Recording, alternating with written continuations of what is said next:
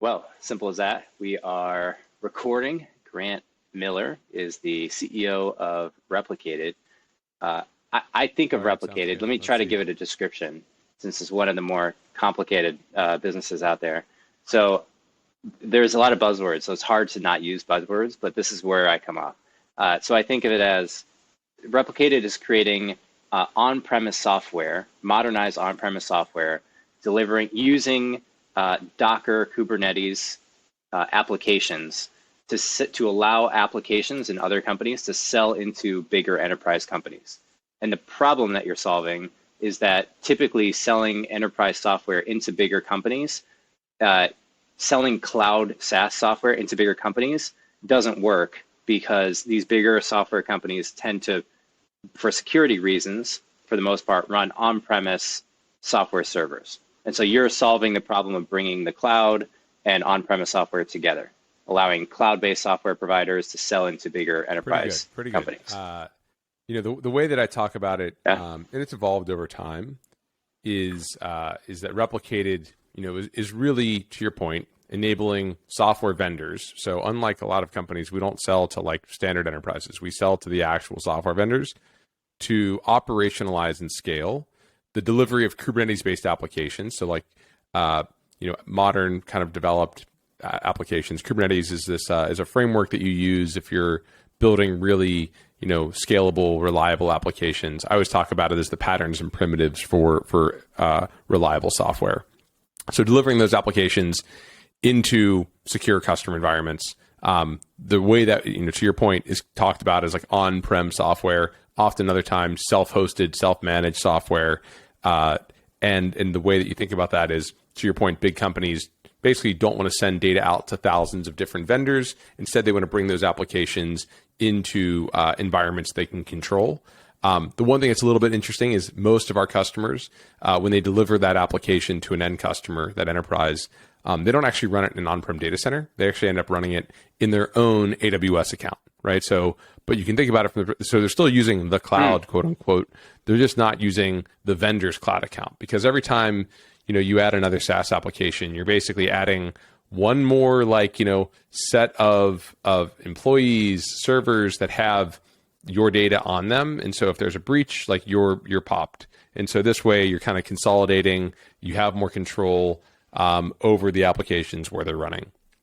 And, our customers, again, our software vendors, so it's folks like HashiCorp, UiPath, Puppet, CircleCI, some security vendors who, are using our tooling to take these applications and deliver them into tens, hundreds, maybe even thousands of end customers, keep them updated, keep them, integrated into all those enterprise tools, know which customer has which version. And, it's a really nerdy kind of deep tech problem, but it's one of these things that, I was just talking to somebody else who used to run the team for GitHub Enterprise, right? So GitHub, as most people probably wouldn't know, that more than half of GitHub's revenue was always from their enterprise version that was to be installed this way. So you think about GitHub, most people think about GitHub.com, but really GitHub Enterprise was like, paying the bills behind the scenes. And, and they had a team of 20 people that were building the tooling around how do you actually, deliver this, install it, make it supportable, updatable, et cetera. And so we're kind of like that team, that platform for every other software vendor out there that wants to use us. Have you seen companies emerge and grow from the Replicated platform that wouldn't have been able to exist previously? We hear from our customers all the time that hey, we were able to do this so much earlier. We were able to work with larger enterprises in a way that we couldn't before. Even HashiCorp is this great story. They've been working with us for probably about 5 or 6 years. And I think they were, one of their products, Terraform Enterprise, which is, probably, some high double-digit percentages of their revenue. They're a publicly traded company now. But when they started working with us, they had 5 or 10 enterprise deployments. And so, our tooling enabled them to get to market, 6 or 9 months faster with all these different environments, and then deploy out to all these different customers. So imagine, we accelerated this IPO business, by a year, which in the world of growth, growth really matters. It's about speed. So I think we were a key partner for them in their success.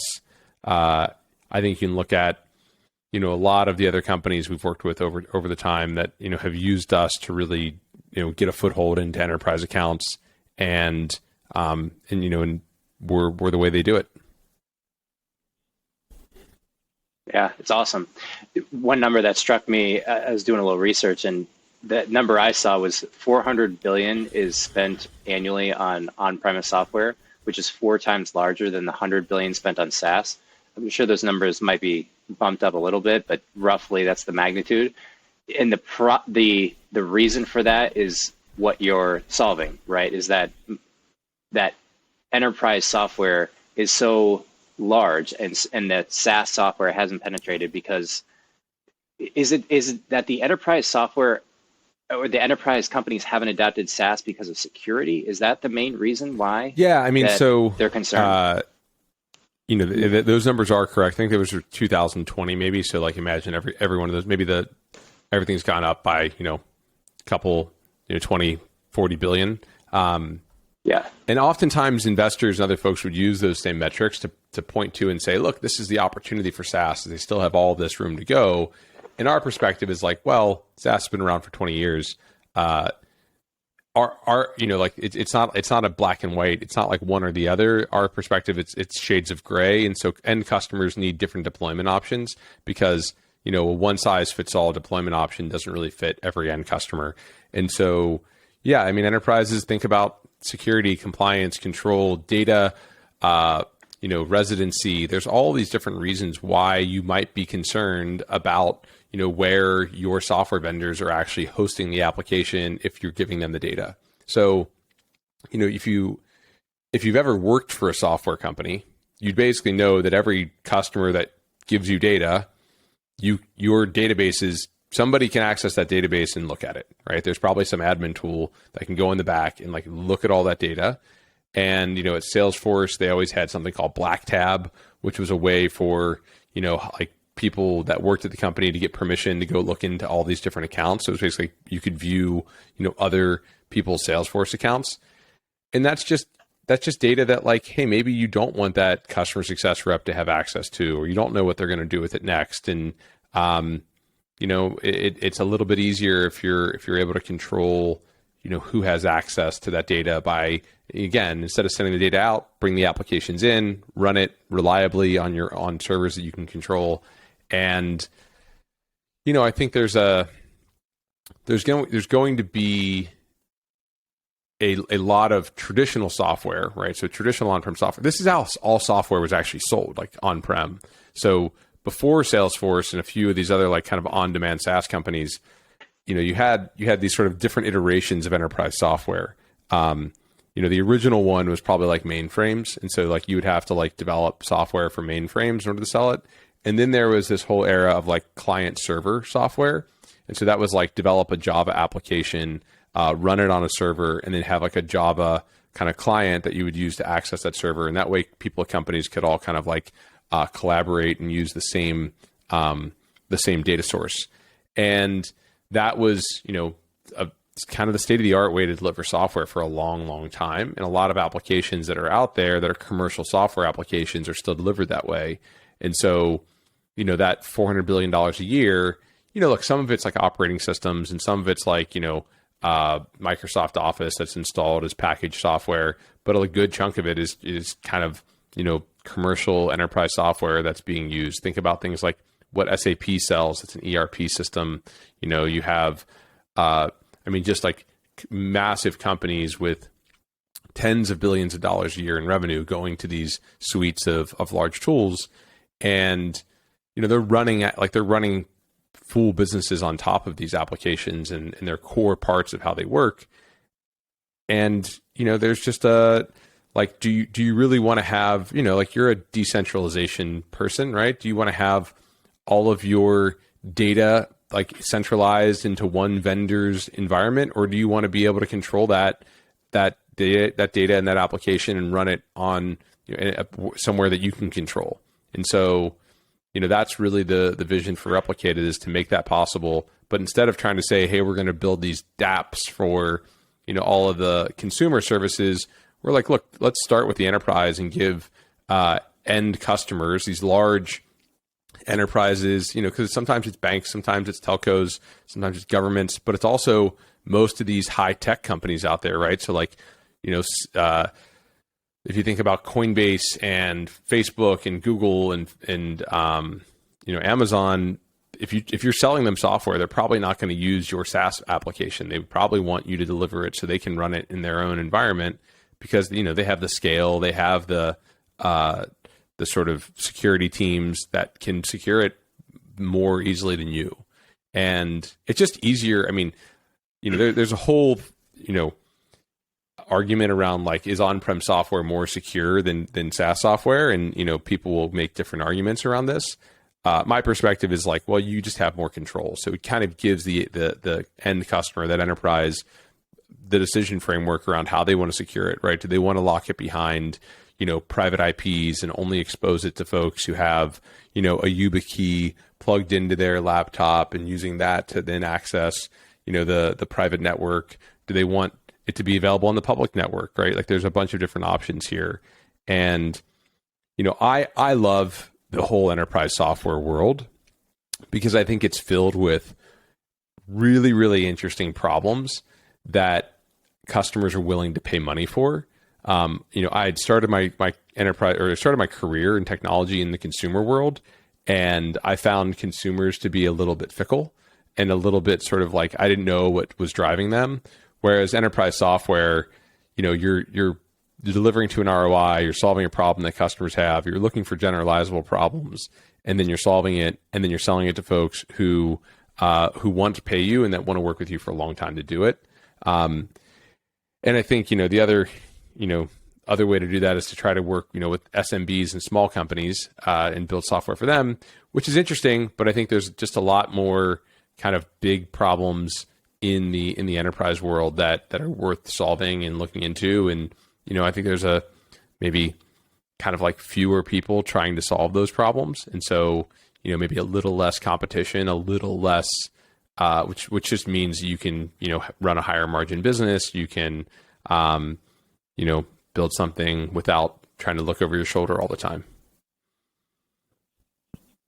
Yeah. I think a lot of people don't get exposed to the problems in enterprise. It's only later in your career when you're working in a company and you have a position and you're managing a big enough budget, then you realize the problem, and then you're 45 years old and you're like, I'm not going to go start this company.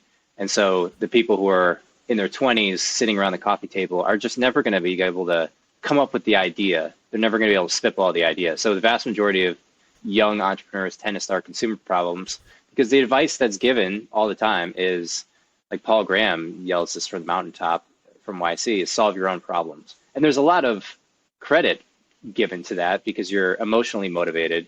But if you're that's kind of a miscalibration of the market, right? You have a finite number of people trying to build businesses and a number of problems and customers out there.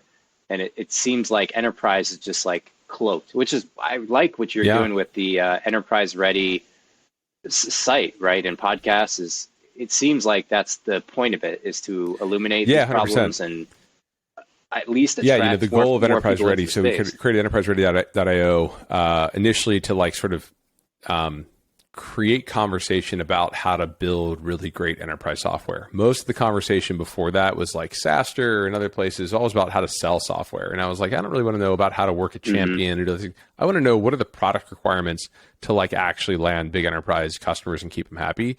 And I had some experience with that, because my first company was acquired by a publicly traded SaaS company called LivePerson. And so I got exposure to what, ISO 27000 is and how to think about, what role-based access control or single sign-on or advanced reporting would look like. And I realized there was just no common vernacular for these terms. And like when people would talk about things, they would talk about them in completely different ways. Like you talk past each other. And so I would always be like, okay, wait, you said SSO. You define it so you can tell me what you mean. And I'd be like, okay, that's close to what I was thinking, but like, let me show you what I was thinking about it. So I think you have to start with establishing definitions first, and then you can start to really understand the problem. And so we just wrote it down. Like we basically wrote down a product manager's guide to building the core features that enterprise software needs. These are kind of like table stakes features, quote unquote, like things that you're going to need to have if you're going to close big enterprise deals. And then we started the podcast around it where we just interview enterprise software founders and talk about like what it took to build their application, what it took to build their company. And the goal there, right, is to your point, a lot of these conversations about enterprise software, you either work for like a large bank or some, company that has these problems, or you start working for an enterprise software vendor. Maybe you worked at Oracle or Salesforce, or now there's more and more of them, right? But still a lot of that knowledge I felt like was siloed with a bunch of white dudes, in the peninsula of the Bay Area. And I was like, well, let's get it out of there. Let's create let's shine some light on this, open these conversations up so that the things that I was learning from, the founders of GitHub or the founders of Segment could be shared across the board. And so I always just say, hey, look, our conversations are like you and me grabbing a coffee, and I'm just learning from you as like an entrepreneur. And I'm a super curious person, just like you are, Mike. And so it's easy for me. I just ask questions, things I want to learn about, and I basically can nerd out for, an hour or two every time. And then hopefully people, get some value out of it. And, it's always designed to try to make sure people are, providing, if you use an acronym, well, let's define it, right? If you say something else that I don't know, like let's dig into that a little bit more. And I've never been embarrassed to ask a question about something I didn't understand.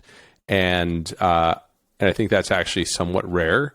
I think folks get a little bit embarrassed to be like, I don't know what that means, like, because they think that they should, especially. And if you wait too long to ask, if you're like, wait too many years, you'll be like, I don't know what that means. And then people are like, well, you've been acting like you did for 5 years. So I think you just got to jump in right away and be like, I don't know what that means. I don't know what that means. Can you explain that a bit more? Or like, that's really interesting. Tell me more. So do those kind of things in order to dig into problems and to make sure that you actually understand what someone's talking about. Yeah, that's such a good point. Even too long in the conversation. I heard a podcast recently. We were talking about a pre-show with Michael Saylor talking about inflation, and he was asked, "What's the definition of inflation?" And it's such a common word. You would think, "Oh, that's a dumb question. Everyone knows what inflation is." But his answer was so good. It's like, well, let me ask you first. How do you define inflation? Yeah, it is an interesting question. So, I mean, I'm not an economist. I do like, I do like economics, though. Yeah, I like money. I like economics. You like money? So I would think about inflation as when the cost of goods sort of goes up, and generally, it's if the way that we define it with the CPI, the Consumer Price Index, is around a basket of goods, and you're looking at comparable things from year to year. So, like, what is the price of a very specific model of car, and did that go up or down, right? And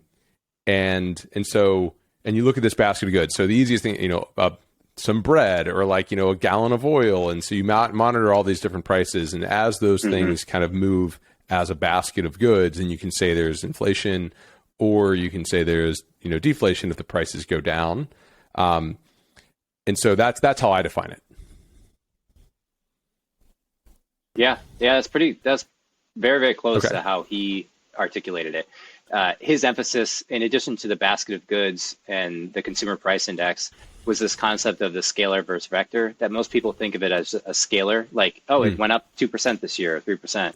But it's a vector in that it includes all the things that there is and surmises them together. He gave the example of if you're building like a hull for a ship, or if you're designing like a jet engine, they're not scalar problems. There's always some trade-offs there. And so if you had a database of all the goods in the market and you could aggregate them together and see the patterns, that it would be a better representation of inflation. So his, not to get off too much on tangent, but his perspective is that inflation is actually closer to like 7%, 8% per year, and has been for the last 90 years, whereas it's typically reported as 2 to 3%. And it just made me re-question all the things I thought I knew. I think the other thing that you have to anchor to is the quality of life. And so basically, as the quality of life goes up, like what is the cost of like a kind of median quality of life in 2022? You would expect to have like a smartphone and broadband internet and all these different sort of like things. Whereas if you think about what the median quality of life was in 2000 or in 1990, it would you would have fewer of those things, right? You wouldn't own the access to the world's information. You wouldn't own. You'd have some books, right? You would have an encyclopedia. You wouldn't have Wikipedia. You wouldn't have all these other things, and so. The interesting thing about inflation, and there's a really great book by this guy named Jeff Booth called The Price of Tomorrow, is the impacts that technology has on deflation. And, and most technology is inherently deflationary in the sense that you get a lot more value for a lot less money. And so, today you could actually argue that like we live in a society that's somewhat, it's more egalitarian, more equal than it was, hundreds of years ago, because like Elon uses the same Google that I do, drives the same Tesla, has the same, the same access to, the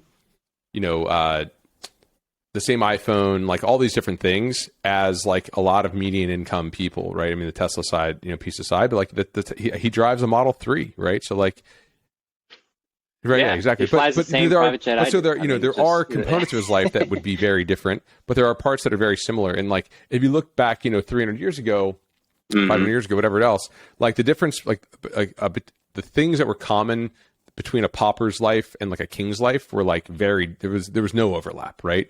Like, and so now we have all of these things that are actually very common to us.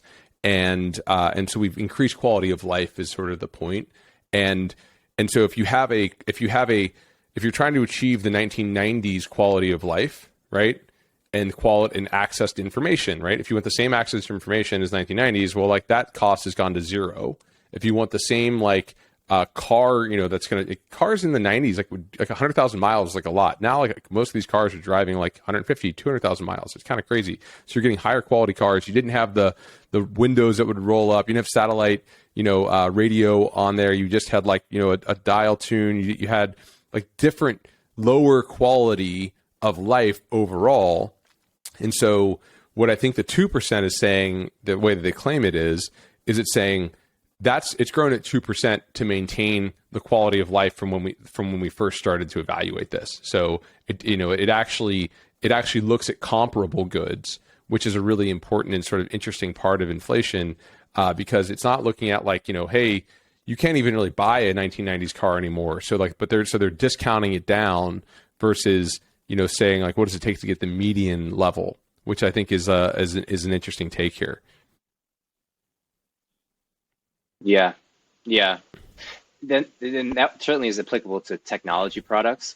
You could use things like houses, bread, things that don't really change over time. Like bread today, I'm still probably going to be drinking the same, Kool-Aid and bread and living the same, like we live in domiciles. So technology, any comparative technology decreases. The size of houses have gone up, right? Like the amount of square footage that the median person has goes up dramatically in, like over the last 50 years, right? You're talking, the averages are probably gone up 30, 40%. And so, and then I think there's also areas where technology touches or has been enabled to touch, right? So this is the other thing around policy is I think oftentimes we've tried to be too protectionist on some of these, healthcare, education, housing, and it's basically prevented technology from having the same deflationary power. And then we've printed a bunch of money, which changes how who that deflationary value goes to. And so oftentimes I think the sort of insight is that like those with money can react and buy assets and be more engaged early on. Now, clearly there's some advantage for inflation on those in debt, which a lot of Americans are. So like if you were in debt before and now you're in, that same amount of debt was actually different. So because you'd pay it back with cheaper dollars. And so, there's balances, there's trade-offs. I think that people are afraid of deflation in the U.S. and just generally they're afraid of it. They think that people want to feel like they're making more and they're progressing in life versus like, maybe you got paid 10% less, but you get 30% more. Yeah. Like that would be interesting. And then there's also fear around like just people would save money too much and they would not buy now, they would wait. And so because they would be able to buy so much more. And so if you think about it from spurring consumer spending. Well, like, hey, your money's not worth as much tomorrow as it is today, so you should spend it now. It's sort of an interesting psychological component there, but. Yeah, that's true. And I always find the other psychological component that's super interesting is the people that, I mean, in the US, we effectively export culture and currency. And the currency meter, the trigger to print more, the printing press is in our politicians' hands. So, you know, the last 2 years, we printed more money. I don't know what the stat is, but it was a huge jump. And that the impact of that the desire to print more money comes from the social pressure to have more money. We're in a pandemic. We need to give people money so they can survive and live and pay rent. And there's legitimacy to those claims, but it does seem like that system of like, it's like, as soon as I feel pain, I can hit the dopamine button. And so when do you stop doing that? If you feel enough pain, you're just going to keep hitting it. And it's like, I've thought about what the transition from US dollars, where that goes, if the trajectory is US dollars to digital backed US dollars and stablecoin run by the government to then shifting off of US dollars. Have you thought about? Sure. So the idea being like the US dollar is the reserve currency of the world. And so, you know, that's important because I think, you know, foreign interests hold like 60 or 70% of dollars. So we actually only feel like a third of the inflation that we actually create, and the rest of it's felt by those who hold our dollars externally. So it's a way for us to kind of get, you know, cheap inflation. Ray Dalio does a bunch of great, you know, analysis on this. Like, he's got a really good YouTube video he just launched recently that kind of talks about, you know, the sort of rise and fall of empires and how this works and what's happened in the past.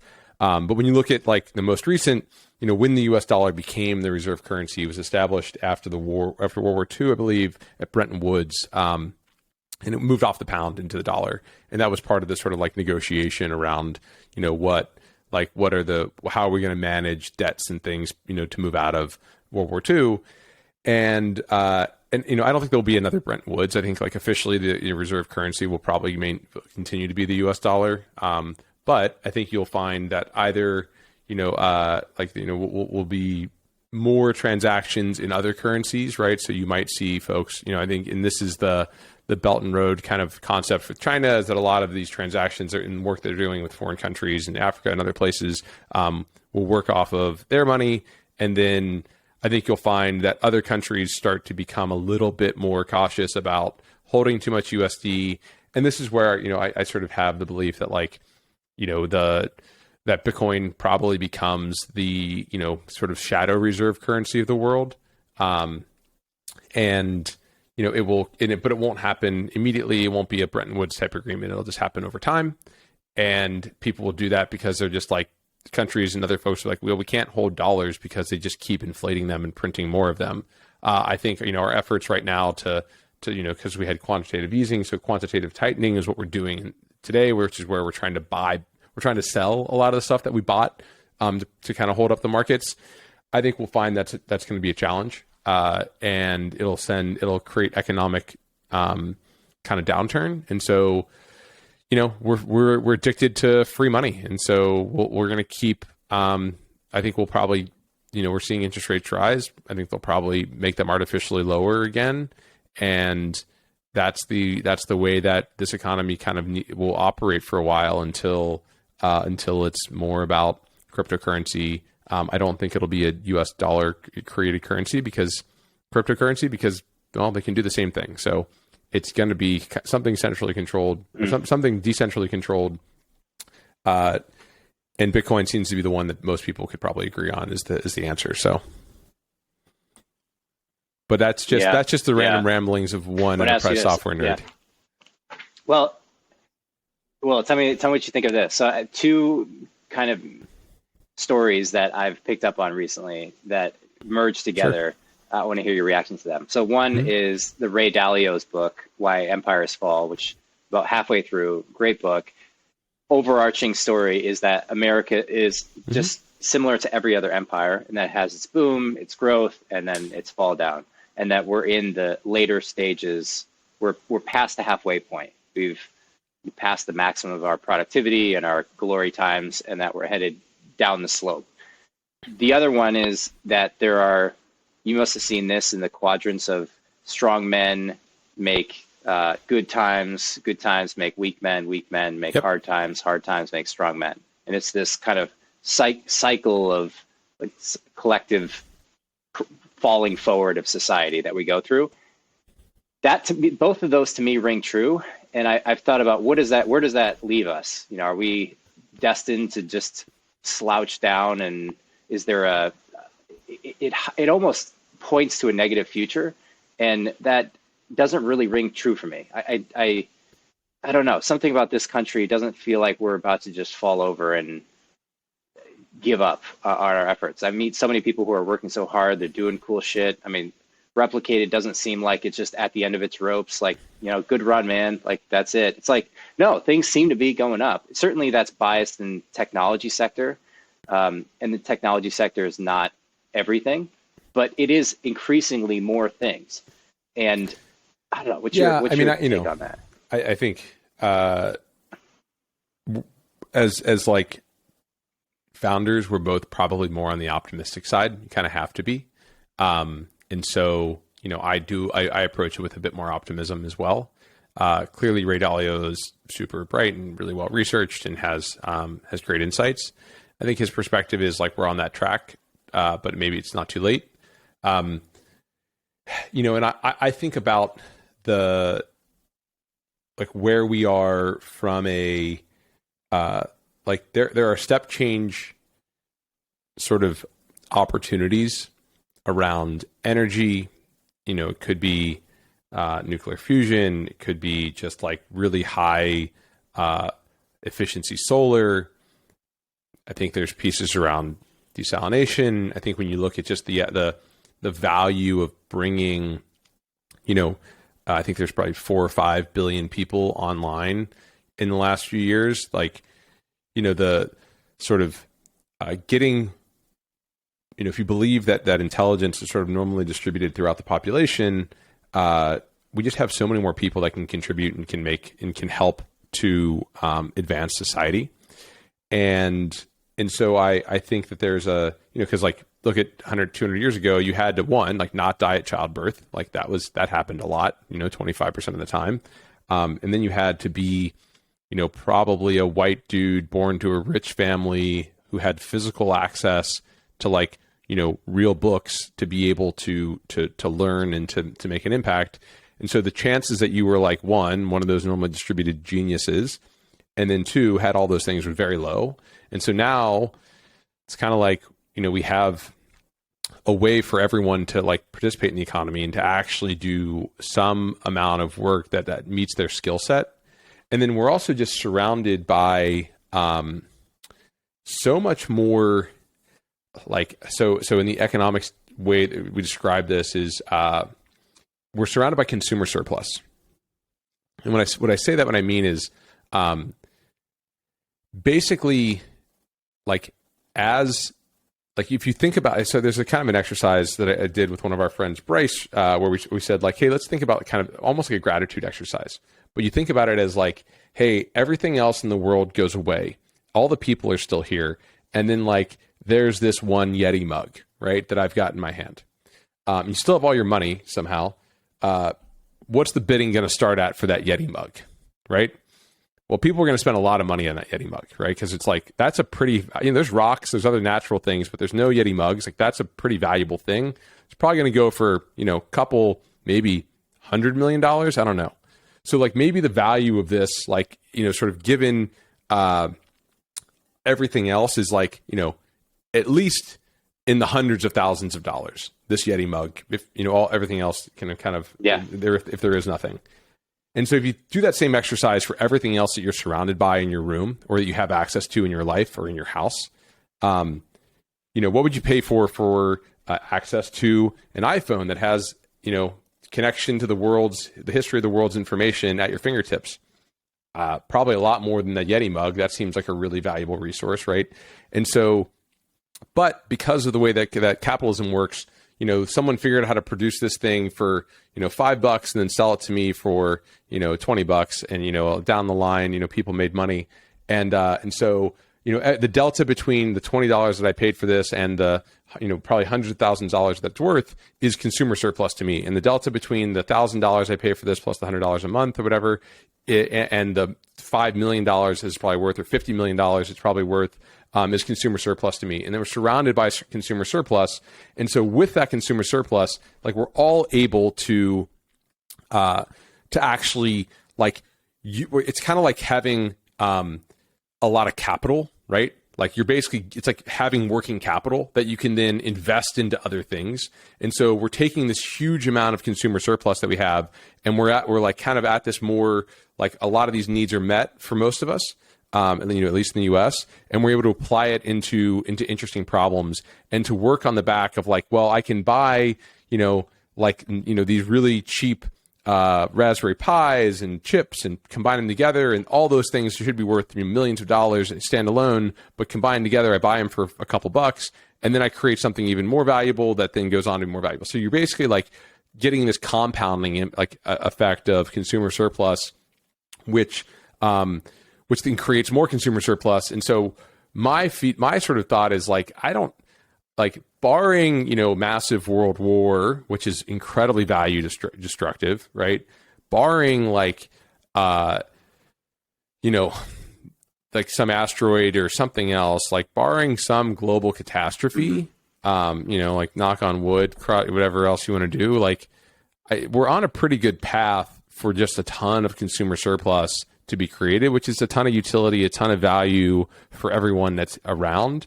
And, you read articles about, sub-Saharan Africa being flooded with, like, cheap, fast fashion. So, like, no one in sub-Saharan Africa is, like, worried about not having a t-shirt that fits or a jacket. Like, they've got all of it because everything gets donated and then it gets sold in like bushels. So it's like, okay, great. Now we're able to do that. We can bring, satellite internet from SpaceX around the world and make this super high speed internet available. We can, everybody, like, the number of people that have a mobile phone with internet access even today is still incredibly high. And so you look at this and you're like, I have a hard time not being optimistic about what we can do and the amount of value that we can create.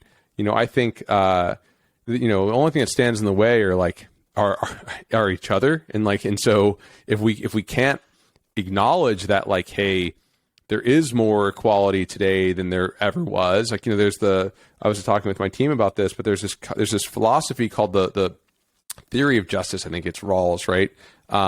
Which is, like, basically you can judge the justice, or, like, how just a society is by, like, if you would be born in anyone else's body at that time, like, would you want to be born, right? And I think if we all took that quiz today, we would say, would you rather be born in 2022 or, like, 1900 or 1950 or 1970? Everyone would choose. We're going to be randomly born to somebody else's body on this planet to be born today, because, like, that is the most opportunity to, one, survive past childbirth, to two, like, have the bright future that we likely have. And so this idea of sort of, like, I don't know, Malthusian doom and gloom about the future, like, overpopulation, or that we're going to ruin the planet, like, I think is all probably bullshit. And we will have a better society in the future, and we will consistently have a better society in the future.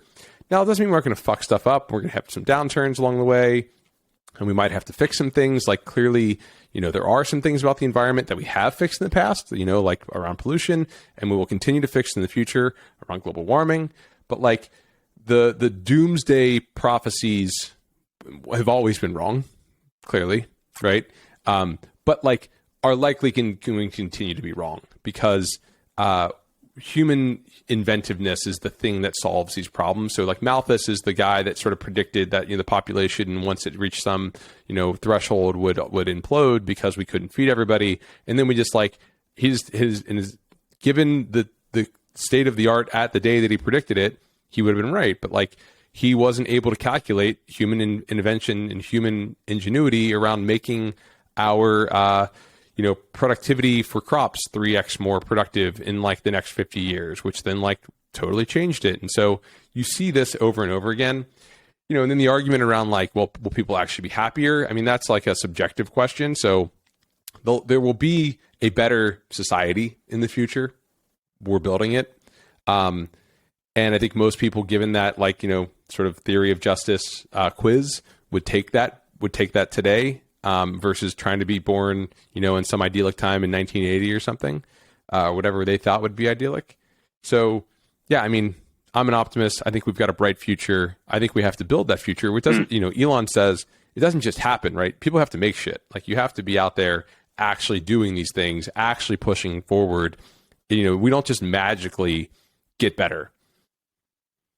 Yeah, there's no magic. Like we have to be out there making things. We have to be working. We have to be using that. We have to be leveraging that capital that I talked about, right? That idea of that consumer surplus. If you're not leveraging your consumer surplus, if you're just playing video games all day long or doing something unproductive, then you're not adding to the future in the better society. You're just kind of free riding off what we have, which some people can do. That's fine. Like I don't, if that's it's kind of your choice. But some of us want to make the world better, and hopefully, just don't get in the way. Yeah, some good points in there. A couple that stood out to me were the concept of happiness, which I think is something about human beings that we're happy when we feel productive and that we're carrying a load for society, so that we're useful. I mean, I think the suicide rates of at least men, much largely representative of men, are correlated to their productivity. Like when guys are out of a job, they're just way more depressed, and so there is a risk of solving all the problems. And I think we're in a way, many of the ails of today. Let me pitch this to you, right? So one of the biggest problems we have in this country is addiction specifically to opioids and drugs, and that is representative of mental illness. If you try to book a therapist in any city in the United States, it's like a long wait list, and mental health is quickly becoming one of the fastest growing professions. So we know that mental health is a problem. We haven't quite articulated a consensus around why that is. And I think one of the problems is that we don't have clear definitions of problems we're trying to solve, especially in America. Like, we have plenty of food, we have plenty of space, we have what are the real existential problems we're trying to solve? Another way you can view this is by the attention explosion. So the attention economy with YouTube and Instagram and Cameo and all these companies, Facebook, that are throwing out the attention game, which doesn't really solve a problem. It's more like art or entertainment, where you're dancing and you're performing. You're not explicitly solving the problem in the way that Replicated is, for instance. You're going out and I have a real problem that I want to pay money for. It's like, I'm bored, I have everything I need to survive. What do? I can fight other people, or I can sing and dance and entertain people. Or I can fall into depression for lack of motivation, for feeling that all of this is pointless and that there's no objective meaning in the world. And I think that even in a way, you could see that with the dissolution of genders, that people that there's a large feeling, a growing feeling of nihilism, or a disintegration of feeling that there's objective morality, that it's all sort of relative. And one of the things that's the most concrete truth that we've held throughout most of modern civilization, if not all of it, was that there are objective genders. So I think from those three vantage points, the genders, the attention economy, and the mental illness, it seems to me like we're moving beyond this space of, we have clear problems that we need to solve. Not to say there's not climate change or plastic or other things that we solve, but generally speaking, we're far from like apes in the jungle trying to just survive the next generation. Yeah, so the thing I laughed about was that you said, we solved all the problems, and then you described a bunch of problems that seemed pretty hard to solve. And so, I think that even like happiness, climate change, was one of those problems you were like. Oh, well, sure. If you look at it that way, but it's not really a classical I think problem it is. to solve. And I think that this is, I think the point there is of like, well, what, like there will always be more problems. Like this is the beauty of enterprise software. Well, this is kind of the beauty of the human condition, right? Is like we always are striving for more, and I think it's what potentially distinguishes us from, the other animals, right? We always do want more. So, what a problem like it would be. We'll always identify, ways to improve things and ways to get better. And I think acknowledging the progress we've made is important, but like by no means are we at, the peak in perfect society. Like, but by no means are we at the peak in terms of it's going to go down, right? I think like that's equally likely a like kind of misguided perception that like, oh, we've lived through the peak and now it's on the downturn. So I think like it'll get better. It'll be different, right? And it might not be your version of better, but it'll be better almost objectively from like many of these measures. And I think that there's a way for us to like, I think that even like the attention economy like is clearly trying to solve, there is a problem, and it is addressing that problem. That problem is like, is belonging, is happiness, is other pieces of this. And so, if you think about the hierarchy of needs, like, are we moving up past the sort of like survival, ones and into more ones that are a little more actualized? Hopefully that would probably be good. And so if we can earn the right to address the most like higher level problems, that's actually, it's a pretty good thing for us as a society. I think clearly there's still a lot of, basic, sort of like survival needs that need to be solved for a lot of people in the world, with the problem around, severe poverty that we still have. So we can't lose sight of that at all. Like, especially, from our, air conditioned homes and, with large, multiple bedrooms, we can't forget about, what's happening in the rest of the world. And we need to put attention there. And I think the way that we do that is through capitalism. I think, it's funny because I do a little rants for my team every once in a while about how part of what we are is it's a capitalist company. And like, I'm a capitalist because like I started the company and we're here, but we're trying to do our part to make the world better. And like, we're not, Replicated's mission is not like to feed every child or to, increase access to, the world's information. Our mission is much more like, hey, let's like be a little domino that like helps make bigger dominoes fall down. And, the more efficient that people are and the more access to great software that they have, the better the world gets, right? We always talk about like, let's improve the lives of like thousands of developers who then improve the lives of millions of enterprise end users who then improve the lives of billions of consumers, right? Because ultimately that's who ends up benefiting from more efficient businesses, better capitalism, better governments, et cetera. And so, but you have to sort of be able to think about that abstractly, right? If you're someone who wants to feel the good feels of providing someone's next meal or for, building their house for them, that those are kind of like first order effects. And for software like replicated builds, it's about second order effects. But I think there's a lot of, impacts that if we're all, as long as we are sort of like good actors in society and we are thinking about creating more value than we capture for ourselves, then like we are enhancing the world overall and we're pushing things forward. And I think that, the thing around like YouTube or Facebook or something else is like, hey, it's an imperfect market, like in early markets always are.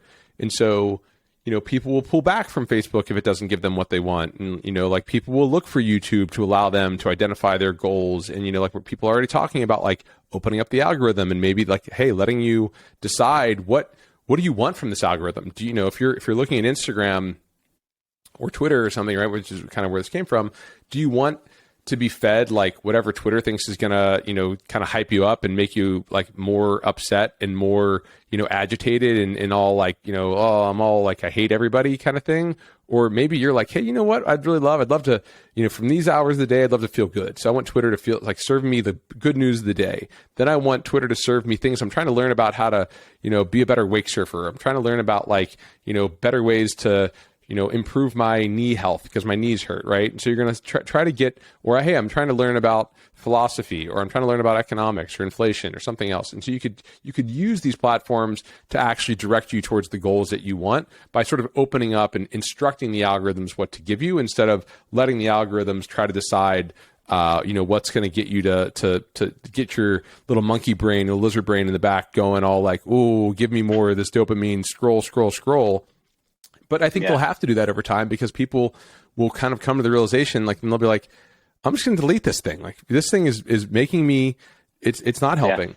And I think part of it is like, there's the other thing I talk about with like Instagram, which is, imagine if instead, because happiness, one people will say is it's very relative, right? So like, we kind of compared ourselves to everyone else around us. And if everyone else is really happy and we feel sad, then we feel like, okay, even sadder. And so despite the fact that maybe we have our basic needs met because we live in America, we see that, our friends who are posting, and they're so successful. We see celebrities who are so beautiful and we can't attain that. Well, I think there's could be an interesting experiment where we kind of given that same concept of the theory of justice. Well, imagine being able to read social updates from your ancestors 200 years ago, right? From your great-great-great-great-grandfather, or your great-great-great-great-great-grandmother. And, here's what's going on in their life today. Well, holy shit, like they were churning butter for 4 hours. Their neighbor died. Like, they had to, like, they don't have, they were feeding the fire for so long. I mean, like the amount of, you could try to change the comparative dynamics away from, what does Kim Kardashian have, to like, what do I have compared to the people who I'm actually more closely related to, my ancestors, right? Like I have more in common with them than I do, from like my genetics than I do with Kim Kardashian. So it'd be really interesting, right? And kind of allow people to frame like how fortunate we are to be in this world today, how much opportunity we have comparatively, right? I mean, like there are many, I'm sure, like if you look at my, within my ancestors, like many of them didn't live to be as old as I am, right? I'm 39. Many of them probably died before they got to this age. They probably had kids in their 20s and then died in their, in their 30s. Like that happened probably, 20% of the time. And so, you look every few generations, there'd be somebody like didn't even live today. So like their update would be like dead, right? And and every day you could see their update would be, hey, like I've lost 4 children because childbirth was, and I've lost 3 wives. Like the amount of, I have, a diary, that was from like one of my great grandfathers, and it's kind of wild. I mean, not like the original, but like someone really? Wow. went ahead and put it into print. Yeah. And it's interesting. It's like their lives are harder, and so, I think if we just try to change how we perceive, and how we compare, maybe we can hack our minds a little bit to be a little bit more like have some of that gratitude for where we are today, for what the opportunities are. And look, that doesn't mean that like, we should be supporting and that like, folks should be living at these lives that are so much beyond anyone else. But like, hey, look, if, Jeff Bezos has created a lot of value for the world, and like I don't mind that he has a massive yacht. That's okay. Like he's created more value for the world than I have, I think. So he can have that. I mean, you get into some challenges around generational wealth where it's like, when like the kids kind of end up with all that. Well, you're like, well, they didn't really do much except they got born to the right parents, but I mean, that's kind of their right. And but there's maybe more discussion at that point, in my opinion. And even then, I mean, you made so many great points, but just responding to the last one, even then it seems like it's becoming more obvious collectively that by passing on that wealth multiple generations down, you're actually passing on like a life of tragedy, right? It's like to be born. I mean, when I first moved to California, I lived in this little place in Malibu and met a bunch of the people playing basketball at the local high school who were born into a situation where their parents had all the money they would ever need in their lifetime, and they would most likely be able to pass it on. But there was such a huge problem of drugs, of feeling like, what's the point? What am I doing? No ambition. Yeah. It's like, man, I don't want that. And I think that's, I mean, if you're in that situation where you have a lot of money accumulated, you're thinking about this carefully. And I don't think the intelligent view is to pass that down.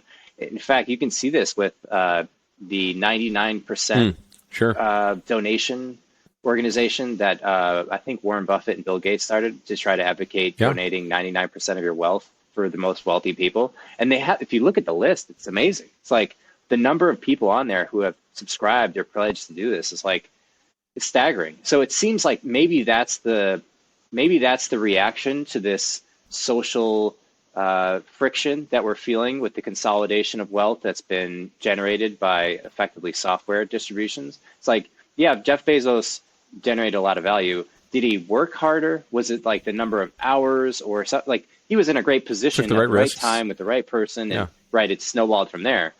Yeah, it took the right risk, but so many other people did, and his just propelled downward. He happened to make the right decisions in these areas. Warren Buffett described it. He's like, if you put a ball down one of these pegs where it hits a bunch of pegs, takes a bunch of pegs all the way down, it's going to land in one of 100 slots. Like it's going to win, it's going to land in one of the slots.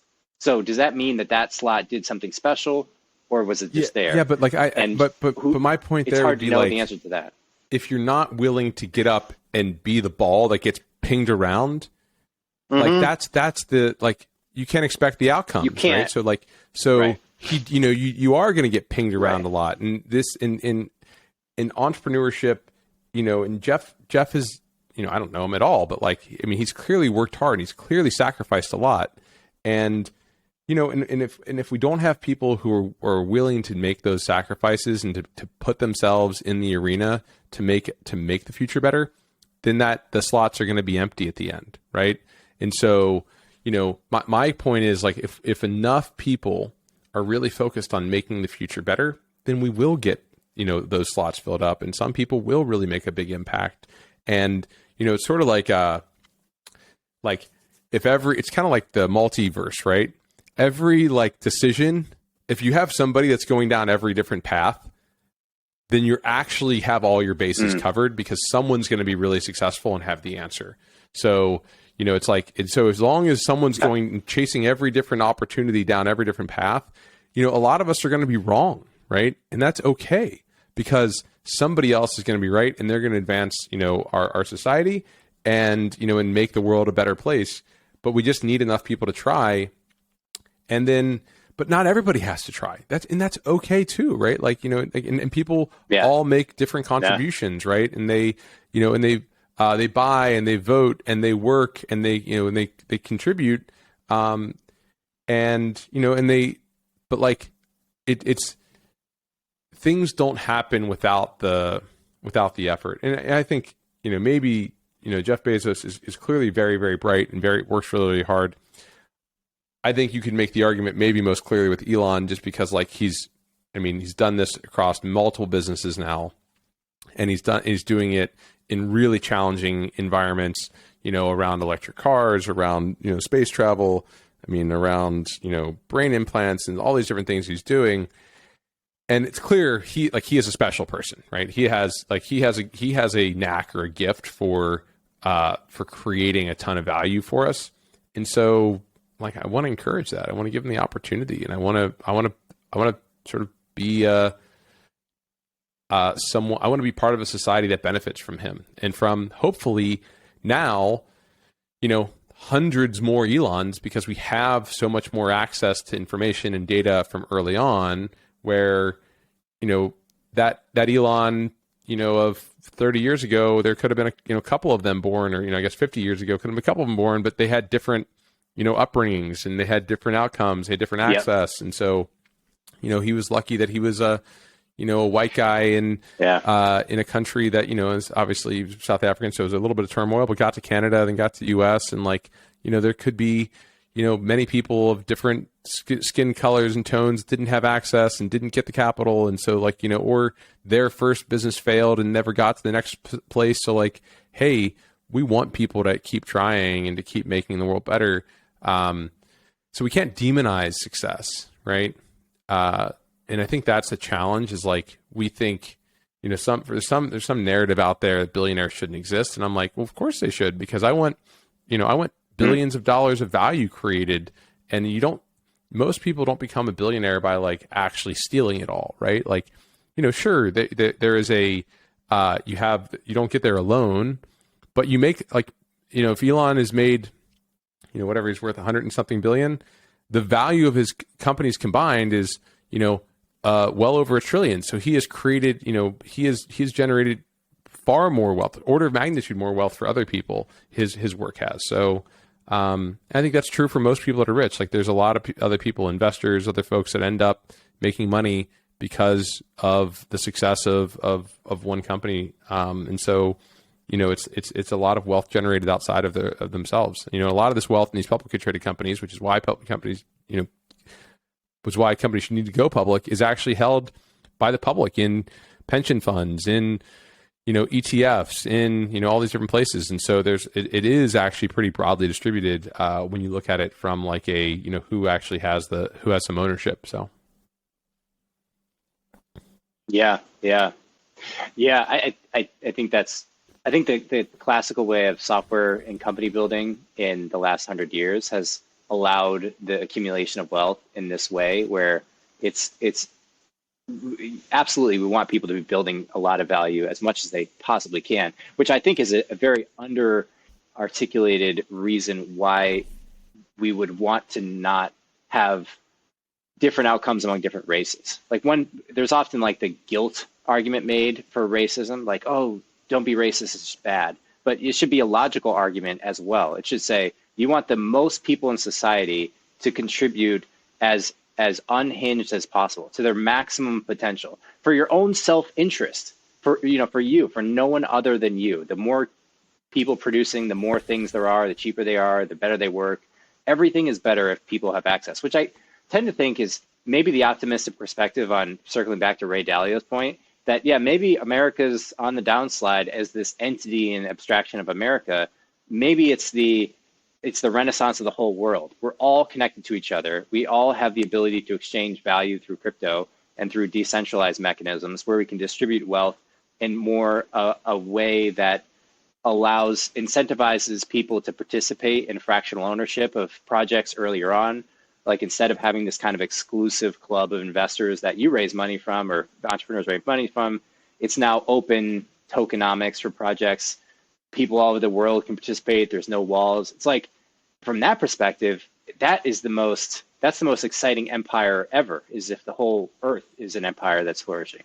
Yeah, so I think that's a really interesting perspective. And it's, I don't think we're that far off.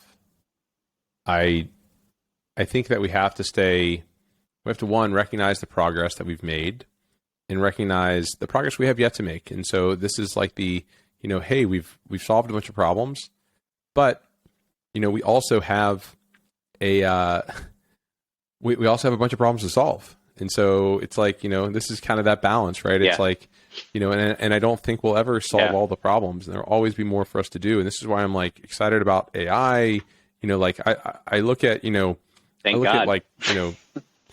The ability to have cars driven by computers even things like Copilot, which is a great tool for, that GitHub launched to help augment programming, right? Like it's a human in the loop programming tool.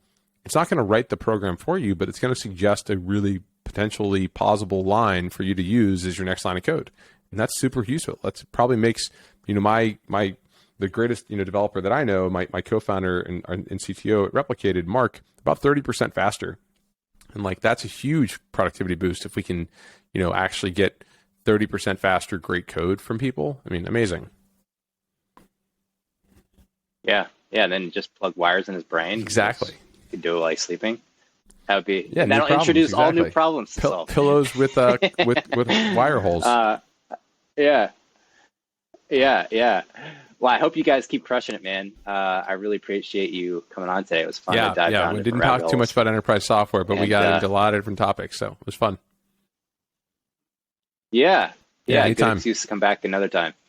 Grant, are you writing now online, or are you so much? I mean, I'm on Twitter a little bit at Grant M.